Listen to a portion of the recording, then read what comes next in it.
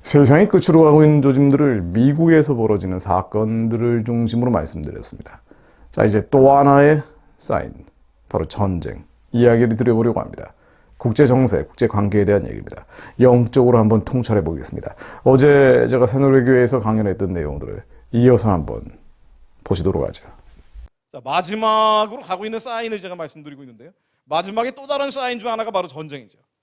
우크라이나에서 일어나는 전쟁이 바로 대표적인 사인이라고 볼 수 있는데, 제가 몇 차례 말씀을 드렸습니다만은 주님 말씀대로 민족이 민족을, 나라가 나라를 대적하여 일어나겠고 곳곳에 기근과 지진이 있으리니 모든 것이 재난의 시작이라고 말씀하신 것처럼 전쟁은 마지막 때의 대표적인 사인이죠. 우크라이나 전쟁이 끝날 기미가 보이지 않고 점점 수렁 속으로 빠져들고 있는데, 휴전한다, 종전한다, 별의별 얘기는 나오지만 아직 끝나지 않고 있습니다. 자, 그런데 우크라이나 전쟁이 수렁 속으로 빠져드니까 서구 나라들이, 미국이나 유럽에 있는 나라들이 우크라이나를 전면적으로 지원하고 있어요. 자, 요게 사실 선악 구도가, 선과 악이라는 게 예전에는 아주 뚜렷했거든요. 20세기 영적 전쟁에서는 아주 뚜렷한 선과 악의 구도가 있었는데 21세기가 되면 이 선악의 경계 자체가 애매해지는 거예요. 제가 지난주에 말씀드린 것처럼 세계 대전이 영적인 차원에서 3차 대전 형태로 벌어지고 있는데, 예전에는 국가가 교회를 보호해 줬어요. 근데 이제는 국가가 오히려 동성애나 낙태 같은 이슈를 가지고 교회를 흔들어대는 상황이 된 겁니다. 그러니까 분별이 잘 안 되고, 예전에는 한국에 복음을 전해준 미국만 믿고 있으면 됐는데 지금 미국만 믿고 있기에는 넉넉히 있을 수가 없는 상황이 되고 있는 겁니다. 그렇다고 해서 주사파들처럼 반미로 갈 수도 없는 거고, 경계가 애매해지는, 아주 혼미해지는 시대로 가고 있는 거죠. 마지막 때 특징이 아니에요. 혼돈과 혼란과 무질서가 번지기 때문에 경계선이 애매해지는 겁니다. 사단은 이 경계를 허무는 자들이기 때문에 말이죠. 자, 그런데 이 우크라이나가 분명히 침공을 당한 나라는 맞아요. 자, 그런데 이 우크라이나를 돕고 있는 나토라든가 미국의 행태들을 보면 약간 좀 묘한 면이 있어요. 요게 참 헷갈리는 부분들입니다. 그러다 보니까 유튜브 같은 거 보면 온갖 음모론들도 판을 치는데 한번 정리를 해보고 넘어가죠. 프랑스의 마크롱 대통령이 프랑스산 경전차를 지원하기로 약속을 했다. 바로 지난주에 나온 뉴스 보도죠. 경전차, 이제는 다음 단계로 넘어가는 거예요. 단순히 후방 물자 지원하는 게 아니라 무기를 지원하는 차원으로 가는 거고요. 독일도 역시 장갑차를 지원하기로 했다는 거예요. 세계에서 장갑차 제일 많이 잘 만드는 게 바로 독일. 독일이 차 잘 만드니까 독일이 단계를 격상해서 우크라이나를 지원하겠다는 거고요. 미국도 마찬가지입니다. 브래들리 장갑차라고 해서 미국하고 독일이 제일 차를 잘 만들잖아요. 미국도 본격적으로 무기를 지원하기로 했다는 거예요. 왜 이러느냐? 당연히 지금 나오고 있는 얘기들은 러시아가 워낙 나쁜 짓을 많이 하고 있기 때문이에요. 러시아가 침공을 했잖아요. 민간인들이 학살되고 살상당하는 사람들이 너무 많이 누적되고 있죠. 지금 나오는 뉴스들은 다 그런 내용들입니다. 대표적으로 이런 뉴스들. 4살 아이까지 주민 9명 중 1명이 성폭력, 성고문 피해를 받고 있다. 러시아가 왜 이러느냐? 예전에 소련도 사실은 그랬어요. 일제가 물러난 다음에 소련이 북한의 일본군을 무장해제하고 남한에서는 미군이 무장해제를 시켰잖아요. 1945년 광복되고 나서 38선 이남은 미군이 일본군 무장해제를 하고 38선 이북은 소련군이 일본군 무장해제를 시켰단 말이에요. 근데 북한 사람들이 예전에 일본 군대보다 더 무서워했던 게 소련군이라 그래요. 얘네들은 이건 어린아이건 노인이건 가리지 않고 하도 겁탈을 많이 해가지고 소련군 피해 다니느라 정신이 없었다는 거예요. 흥남 비료공장부터 일제시대 공장 다 뜯어가가지고 소련으로 가지고 왔습니다. 이제 원래 좀 그래요. 러시아가 좀 그런 기질들이 있다 그럽니다. 그래서 우크라이나 전에서도 자기들이 침략을 하고 점령군이라는 생각을 하니까 저런 일들이 벌이는 겁니다. 반인도주의적인 범죄, 전쟁 범죄와 함께 국제법적으로 가장 큰 두 가지 범죄가 전쟁 범죄하고 반인도주의 범죄거든요. Crimes Against Humanity라고 해서 이런 범죄들이 저지르니까 서구 나라들이 안 되겠다라고 나선 건데, 자, 그런데 여기에 대한 평가를 별개로, 물론 여기에도 굉장히 갑론을박이 있어요.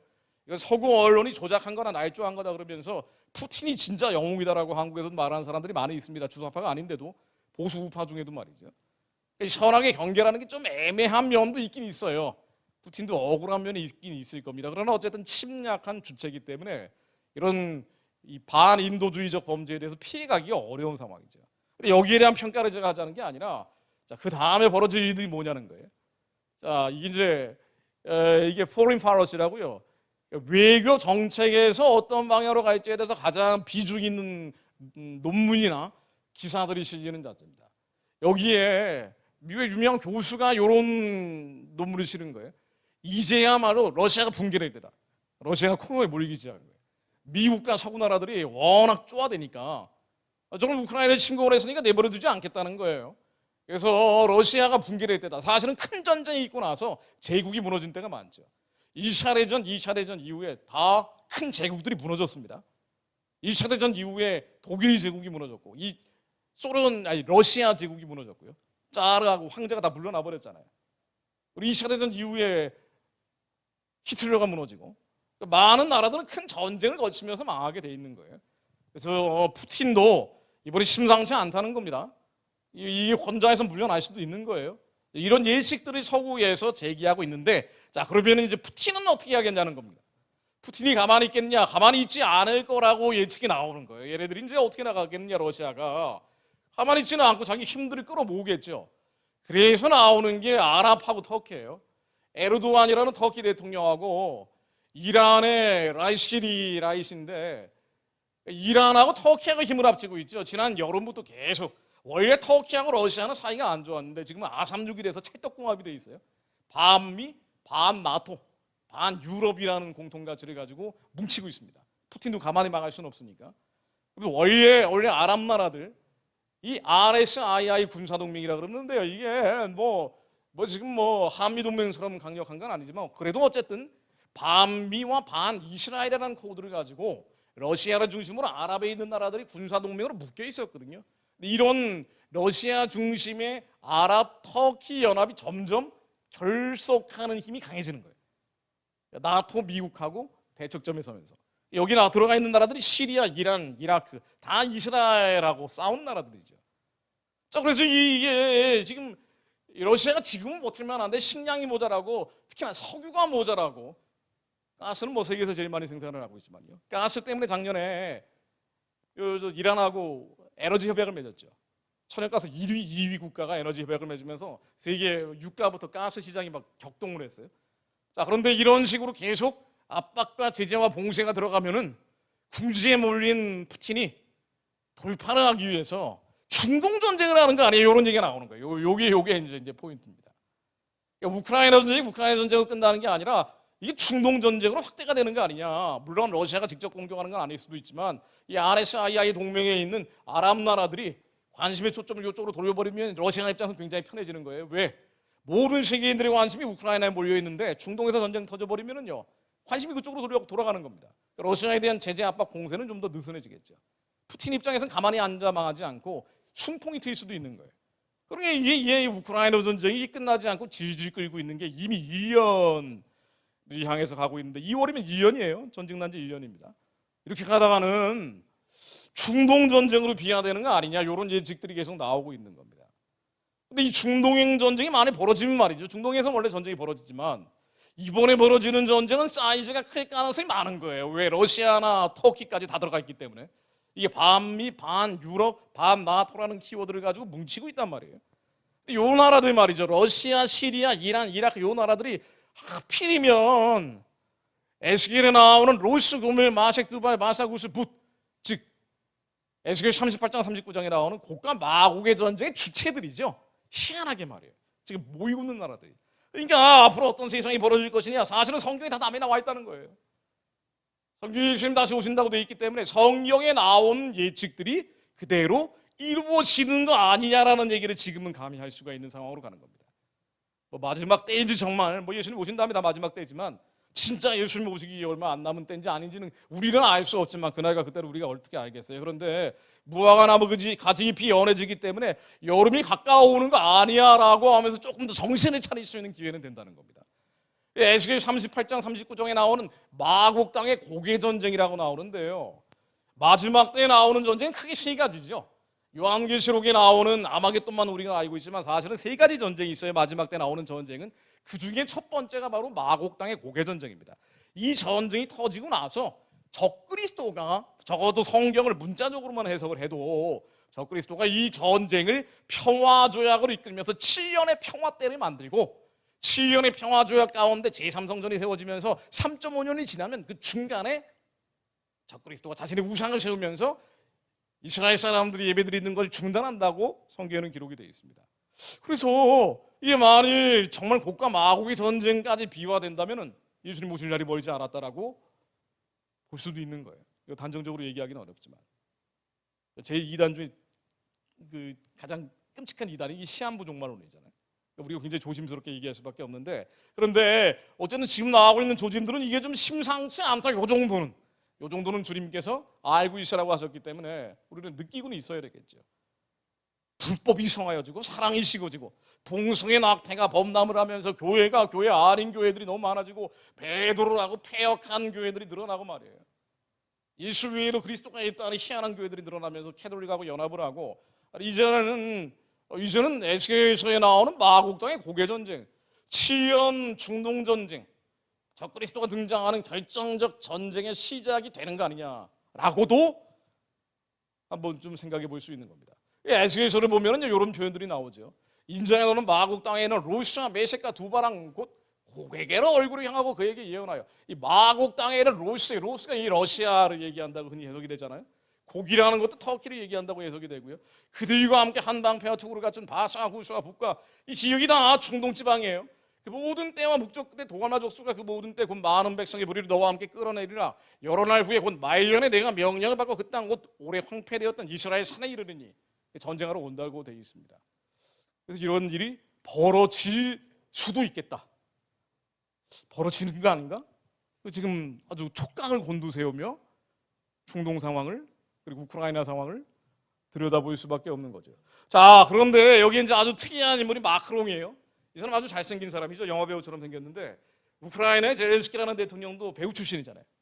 코미디 배우라 그러는데 사실 이제 코미디 배우라고 하지만 뭐 여러 가지 뭐 영화나 드라마에도 잠깐 얼굴이 내밀었다 그러니까 배우죠. 다들 잘생겼잖아요. 수염까지 기르니까 뭐 영화 배우들 같이 나와요. 자, 그런데 이 사람들이 말이에요.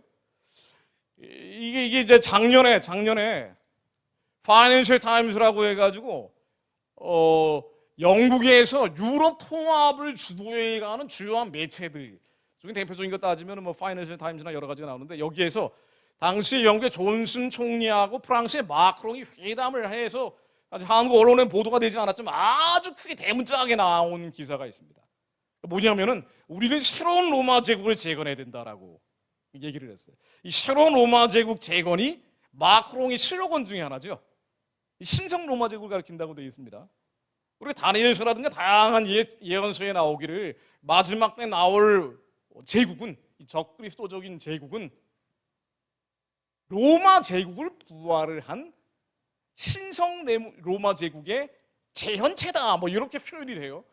그래서 철과 돈과 뭐 여러 가지 뭐 우상이 나오면서 뭐 복잡하게 나오는데, 로마 제국이 부활되는 유럽의 통합이다라고 예전에 이게 많이 나왔는데, 유럽 연합이 워낙 죽을 쓰니까 과연 유럽 연합에서 과연 적그리스도 통합체가 나올까라고 거기가 갸우뚱했던 건 사실이에요. 그런데 우크라이나전의 계기로 이 사람은 두 번째 대통령 선거에 나오면서도 국내 정치를 신경 쓰는 게 아니라 자기가 평화의 사도가 돼가지고 평화 조약을 이끌어내기 위해서 무진장 노력을 했고, 그 결과 얼마 전에 대통령이 재선이 된 사람이에요. 가장 젊은 나이에 프랑스 대통령이 됐을 뿐 아니라 가장 젊은 나이에 재선이 된 인물이기도 합니다. 그러면서 입만 열면 하는 얘기가 뭐냐? 우리는 새로운 로마 제국을 만들겠다. 그리고 핵심 가치를 수호한다라고 얘기를 합니다.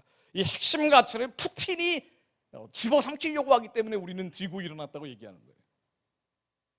영국과 프랑스, 유럽에 있는 나라들이 말이에요. 그럼 이들이 얘기하는 핵심 가치가 뭐냐?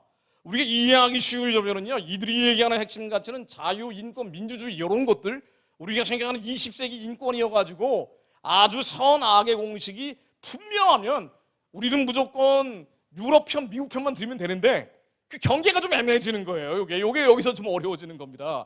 뭐냐면 얘네들이 얘기하는 핵심 가치가 뭐냐면 인권인데, 이 인권에 들어가는 게 뭐예요? 대표적인 게 LGBT 인권이에요. 얘네들이 얘기하는 게. 원래 인권이라는 건 자유인권, 민주주의 20세기 세계 인권헌장에 나오는 인권인데, 60년대 68혁명이라는 게 나오면서 네오마르크시즘이 확 들어가가지고요, 인권의 개념이 바뀌어버렸단 말이에요. 가짜 인권의 개념들, 동성애자들의 인권을 우월적으로 보호함으로써 동성애자가 아닌 사람들의 인권은 침해당하는 현상을 만들어버리고 있단 말이죠. 얘네들이 얘기하는 인권이 뭐냐, 이 핵심 가치가 뭐냐, 사실은 동성애자 인권이 굉장히 강해요.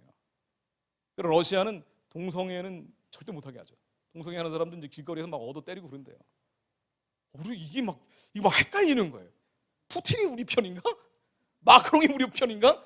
그러니까 이제 유튜브 보면은 온갖 음모론들이 막 판을 칩니다. 이게 한쪽 사이드만 보면.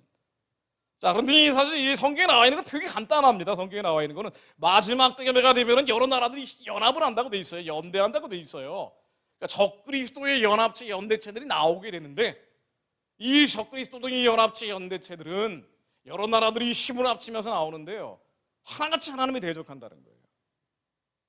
그리고 이 성경에는 두 개의 연대체 연합체를 예시를 하고 있는데, 하나는 고가 마국의 전쟁을 일으키는 로스와 두발 같은 나라들이고요. 지금 러시아, 터키, 중동에 있는 나라들이 한 묶음이고, 또 한 묶음이 뭐냐, 바로 요거죠. 요겁니다. 10뿔과 7머리를 가진 붉은 용이란 말이에요.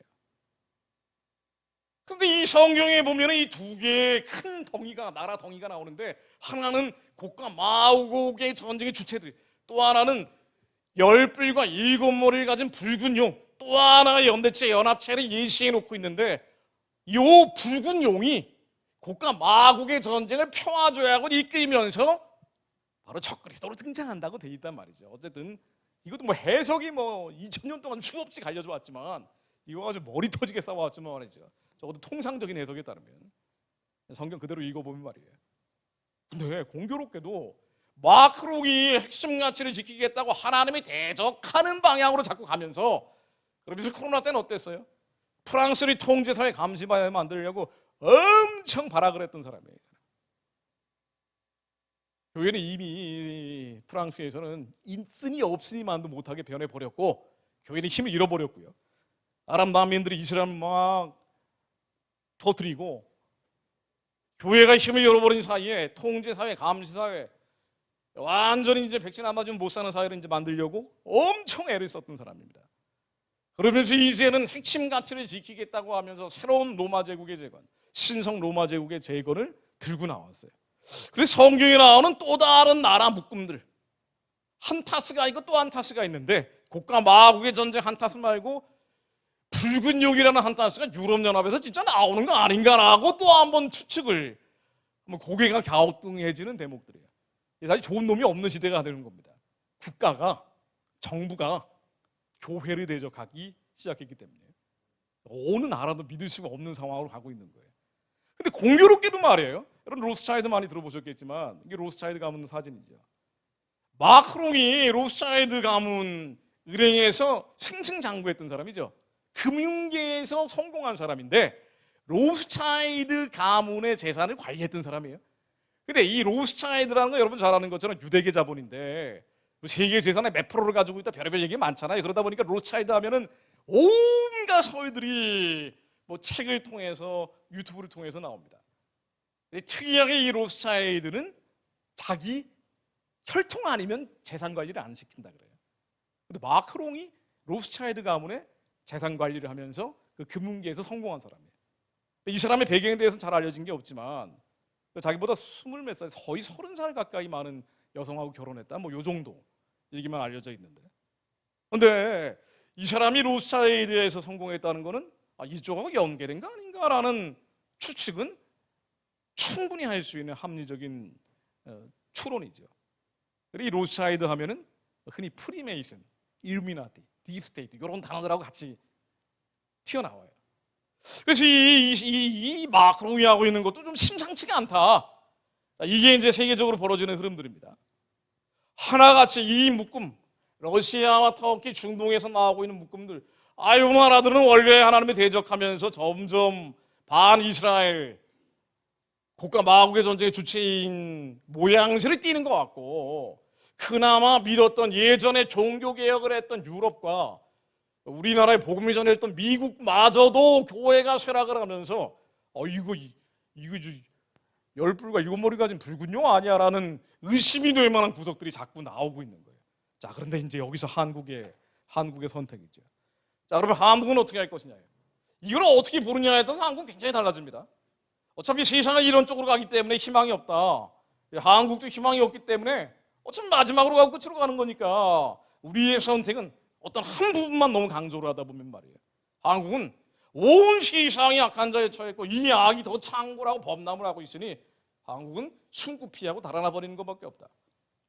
이 극단적 종말론이죠. 제가 이제 한반도의 지저스 웨이브 가운데 제 책에도 아주 자세히 적으려고 하다가 너무 이게 논쟁거리가 될 것 같아서 마지막에 다 빼버린. 그래도 일부는 적어놨습니다. 여러분 속지 않으려면 제 책 사보십시오. 자, 그런데 이 극단적 종말론 세상이 다 끝으로 가고 망해가기 때문에 우리의 선택은 없다. 어차피 배가 침몰하고 있는데 침몰하고 있는 배에서 테이블 옮겨봐야 뭐하냐는 거예요. 이게 세대주의라고도 얘기하죠.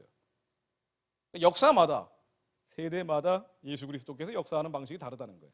지금은 세상이 끝으로 가고 망해가는 때이기 때문에 어차피 우리가 할 수 있는 일 없어 내 신앙 지키기도 바빠 라고 볼 수도 있어요. 그렇게 보는 사람도 굉장히 많습니다.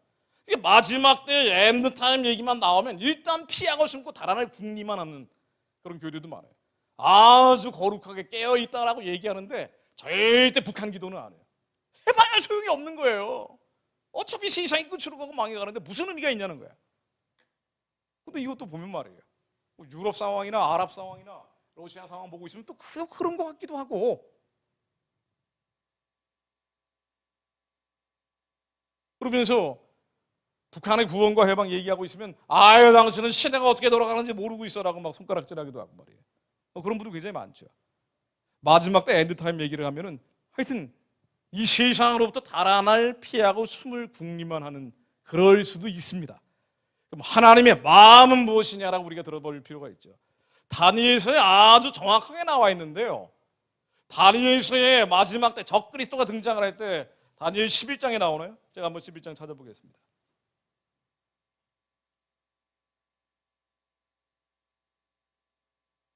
(12장을) 보기 전에 11장을 봐야 되겠네.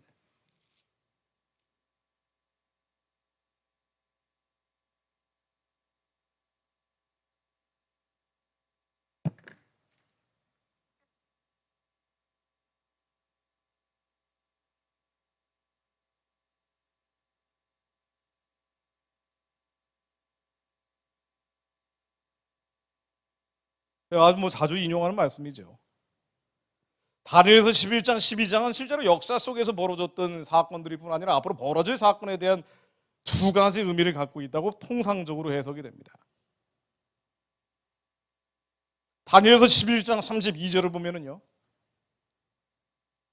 31절부터 보면 군대는 그의 편에 서서 성소 곧 견고한 것을 더럽히며 매일 드리는 제사를 폐하며 멸망케 하는 미운 물건을 세울 것이며 이 역사 속에서 과거에 에피페네스라는 왕이 하나님을 대적하면서 자기의 우상을 세웠고 그러면서 유대인들을 학살했던 실제 벌어졌던 사건이기도 하고 그리고 마지막 때 적그리스도가 등장해서 제3성전을 폐하고 그 위에 자기의 우상을 세울 것을 예언하는 두 가지 의미를 가지고 있다라고 통상적으로 해석이 됩니다. 그래서 이건 앞으로 벌어질 일들에 대한 예언일 수도 있어요. 군대는 그의 편에 서서 성소 곧 견고한 것을 더럽히며 매일 드리는 제사를 폐하며 멸망케 하는 미운 물건을 세울 것이며 적그리스도의 우상을 세운다는 얘기죠. 또 그가 언약을 배반하고 악행하는 자를 괴율로 타락시킬 것이나 언약을 배반하고 7년의 평화제약을 깨버리고 악행하는 자를 괴율로 타락시키면서 자기에게 절하지 않는 자들은 다 죽이는 일들이 요한계시록에 기록이 되어 있죠. 이런 일들이 벌어질 수 있는데 그때 말이에요. 오직 자기의 하나님을 아는 백성은 강하여 용맹을 발할 거라고 나옵니다. 그렇죠. 하나님은요 마지막 때가 되기 때문에 엔드타임으로 가고 있기 때문에 피하고 숨고 달아나라고 한 적이 없어요. 골리앗이 오고 있으니까 성령의 금 하나님의 말씀을 가지고 싸워서 이기라고 하신 분입니다. 이 세상이 끝으로 가고 망하고 있으니까 마지막 때니까 엔드타임이니까 우리는 산으로 가야 된다고 얘기하는 건 성경적이지 않죠. 하나님을 사랑하고 정말 경건한 이들임에도 불구하고 그렇게 갈 수가 있어요. 단편적으로 세상을 보면. 그러나 전체적으로 벌어지는 세계를 보면은요 한국의 교회는 그나마 마지막 깨어있는 유일한 교회입니다. 복음이 땅끝까지 증거되라 증인이 되라고 주님께서 명령하셨는데 주님이 마지막 때 쓸 수 있는 증인은요 이미 유럽 교회는 쇠락해버렸고 미국 교회는 쇠락하고 있고 마지막 남은 건 그나마 한국 교회들밖에 없어요. 선교지에서 순교하고 있는 사람들은 한국 선교사들은 다 사기꾼이다 이렇게 얘기하는 목사님이 있었어요. 제가 예전에 한번 그 얘기 듣고 깜짝 놀랐는데 그렇지요. 선교사들 중에 그런 사람도 있겠죠. 그런데 선교지에서 순교하고 있는 사람들은 그나마 한국 선교사들 말고는 없습니다. 그리고 선교사들이 너무 좌경화돼 가지고 왜냐하면은요 그 약자들을 돌보는 긍휼 사역만 하다 보면은 사실 하나님의 역사에서 경영하시는 주님이 영적 통찰을 갖기가 쉽지 않은 경우가 많거든요. 현장 논리에만 너무 헌신을 하다 보면은 약자를 도와야 된다. 그리고 부자에 대한 원망과 원한이 생기는 경우가 있어요. 근데 그럼에도 불구하고 전 세계에서 마지막 깨어 있는 교회들은 그래도 한국 교회. 그러니까 하나님이 마지막 때 쓰시려면은요 이스라엘을 회복하고 북한을 열고 중국의 공산주의 질서를 깨버리기 위해서는 그래도 마지막 쓸 수 있는 것은 한국 교회 말고는 없단 말이죠. 굳이 따지자면 말이에요. 하나님이 한국 교회에 주시는 메시지가 뭐냐? 마지막이기 때문에 끝나고 망해가기 때문에 이걸 인정 안 하려는 교회들도 많지만 왜냐면은 예수님 오실 때 얼마 안 남았다 그러면 겁이 난단 말이에요. 두렵다고요. 심판대에 세워지니까 지금 이 세상이 끝으로 가고 있는 걸 인정하기 싫어하는 교회들도 많지만 그러나 지금 벌어지고 있는 상황은 도저히 부인할 수 없을 정도로 동성애가 창궐을 하고 낙태가 범람을 하고 우크라이나 전쟁이 국가 마복의 전쟁으로 번질 수도 있고 제2차 중동 전쟁이 크게 확산될 수도 있는 바 세상이 끝으로 가는 거 아니야. 마지막으로 가고 있는 거 아니야 라는 걸 부인할 수는 없단 말이에요. 그럼 여기에서 우리는 피하고 숨고 달아날 게 아니라 주님께서 뭐라고 얘기하시느냐. 오직 하나님을 아는 백성은 강하여 용맹을 바라라고 하십니다. 지혜로운 자가 되어 많은 일이 옳은 대로 돌아오게 하라고 하셨어요. 이 시대가 어떤 때인지 분별을 해서 야 정신 차려 잠에서 깨어나야 돼. 우리는 졸고 있을 때가 아니야 라고 얘기해야 된다는 거예요. 이게 마지막 때 한국 교회의 사명이라는 겁니다. 왜 한국 교회는 그런 사명을 받고 있을까? 모르죠. 그거는 하나님의 뜻이니까. 이 사명은 모든 나라에게 주신 거예요. 온 유대와 사마리아와 땅 끝까지로 증인이 되라고 하셨는데 이 사명은 모든 나라와 족속들에게 주셨는데 순종 안 하고 그나마 마지막 남아있는 게 동성애를 이 정도 막아내고 낙태를 이 정도 막아내고 있는 건 한국 교회밖에 없으니까. 한국에 온갖 문제점들이 많이 있지만 제가 미국 나가서 시각이 완전히 바뀌어버린 거예요. 한국만한 데가 없더라고요. 진짜 한국만한 데가 없어요. 어떤 데는 다시는 된장찌개 안 먹어 라고 생각도 했지만 코리안 푸드가 세계 최고란 말이에요. 우리를 하나님께서 마지막 때 어떻게 하라고 명령하시는지 정확히 볼 필요가 있습니다. 강하여 용맹을 바라라. 골리앗이 한 놈이 아니라 여러 마리가 떼거지를 몰려오고 있을 때이기 때문에 불법이 성해지니까 사랑이 식어지니 골리앗이 떼거지를 몰려오면 오직 성령의 하나님의 말씀에 의지하여 저 어둠과 흑암과 사단의 진을 다 깨버려라. 너희들은 장래일을 말하며 환상을 보며 꿈을 꿔야 된다. 그렇지 않으면 너희들은 죽는다. 주야로 하나님의 말씀을 묵상하지 않으면 하나님의 완전하신 말씀이 우리 입술에서 떠나는 순간부터 우리는 무조건 주야로 묵상하지 않으면 중얼중얼거리고 있지 않으면 워낙 세상이 악하고 음란하고 더러워지다 보니 반드시 악인의 길에 들어서게 돼 있고 죄인의 길에 서게 돼 있고 오만한 자의 자리에 갈 수밖에 없다. 그리고 이 말씀으로 계속 기도해라. 안 그러면 낙심, 낙담, 절망감에 빠질 수밖에 없는 지금이에요. 지금 무조건 경건한 자들이 낙심, 낙담, 절망감에 빠지게 돼 있습니다. 제가 미국 가서 낚시하고 있으면서 너무 잘 잡혀요. 야 이제 사람 낚는 어부가 아니라 고기 낚는 어부가 되나 보다. 그러나 하나님께서는 우리에게 주신 사명이 지혜로운 자가 되어 용맹을 바라라고 명령하시는 분이에요. 그래서 마지막 때까지 이 말을 간수하라고 다니엘에게 마지막으로 명령하신 게 뭐예요? 마지막 때까지 이 말을 간수해라. 마지막 진짜 끝날 때까지 간수해라. 그때 민족을 호위하는 큰 군주 미가엘이 일어날 것이요. 우리 힘과 능력만으로는 안 하는 거예요. 큰 군주 미가엘이 일어나서 돕는다고 얘기합니다. 또 회양 안에 있어야 관련이 있습니다. 이런 개국 이래로 그때까지 없는 환란일 것이에요. 이건 이스라엘뿐 아니라 영적인 이스라엘 교회에게 주는 메시지입니다. 환란이 있을 거라는 거예요. 그리스도인이라 그러면 바보 취급당하는 세상이 오긴 올 거라는 거예요. 지금도 그렇지만. 그런데 그때 내 백성 중에 책에 기록된 모든 자가 구원을 받을 것이라. 땅의 특길 가운데서 자는 자 중에서 많은 사람이 깨어나 영생을 받는 자도 있겠고 수치를 당해서 영원히 부끄러움을 당할 자도 있을 것인데 지혜 있는 자는 다시 한번 얘기합니다. 11장 31, 32절에서 이어서 다시 한번 지혜 있는 자는 궁창의 빛과 같이 빛날 것이요 많은 사람을 오른으로 돌아오게 한 자는 별과 같이 영원토록 빛나라. 우리가 치 있는 자가 되어 많은 사람들을 오른대로 돌아오게 하라고 주님이 명령하시는 거예요. 숨지 마라, 피하지 마라, 도망치지 마라. 우리 안에 죄와 이 낙심, 낙담, 절망감 이것과 완전히 싸워 이기게 된다. 이 시간으로 배우노니 내 안에 골리앗들 십자가에 완전히 못 박혀 끊어질지어다. 산산이 무서워서 초토화될지어다. 우리가 평소에는 힘이 없으니 성령의 검이 있다. 하나님의 말씀을 가져라. 하나님의 말씀을 주의 안으로 묵절이면서 미디어 소리가 아니라 집안에서 자식 문제 때문에 우리가 얼마나 많은 골머리에 섰습니까? 이 소리의 전쟁, 영적 전쟁에서 드라마 소리가 아니라 미디어 소리가 아니라 세상 음악이 아니라 하나님의 완전하신 말씀이 우리 입술에서 혀에서 계속 진동되게 돼서 우리 몸의 70%의 무위도 하나님의 완전한 진동으로 변화되게 하시어 어둠과 흑암과 사단의 진이 먼저 내 안에서 끊어지게 하옵소서. 상처 쓴 뿌리, 우리가 원치 않는데 어린 때 겪었던 그 수많은 상처가 쓴 뿌리들은 내가 원치도 않는데 겪은 거예요. 잘 됐어요. 이 시간을 병원이 완전히 짓밟힐지어다. 우리의 죄로 인해 마귀에게 속하는 일이 없게 하옵소서. 우리가 죄를 지음으로 마귀에게 속해서 악하고 추하고 더러운 영들이 마치 리포좀이 물 빨아들이지 우리가 빨아들이지 않게 하옵소서. 귀신이 멀리 있는 게 아닙니다. 우리가 죄질 때 우리 안에 죄가 드러나면서 사람 배신하고 시기하고 질투하고 원망하고 불평불만하고 믿었던 사람 뒤에서 등 찍어버리고 이게 다 마귀들이 역사하는 거 아니에요. 하나님 우리 안에 죄가 끊어지게 하옵소서. 예수님으로 침략이 되게 하옵소서. 우리가 승리자가 되어 죄와 싸워 이김으로 세상을 이기는 자들, 지혜로운 자가 되어 많은 이들이 옳은 대로 돌아오게 하는 자들, 북한의 우상 숭배의 전에 평화적으로 무너뜨리는 자들. 그래서 온 세상이 악에 처해서 곡과 마곡의 전쟁이 벌어지면 사람들이 죽지 않기를 우리는 충고하고 있습니다. 벌어지면 하나님께서 적으신 대로 역사가 일어날 수밖에 없죠. 만약 이런 일이 벌어지고 붉은 용이 유럽에서 나오든 어디서 나오든 말이에요.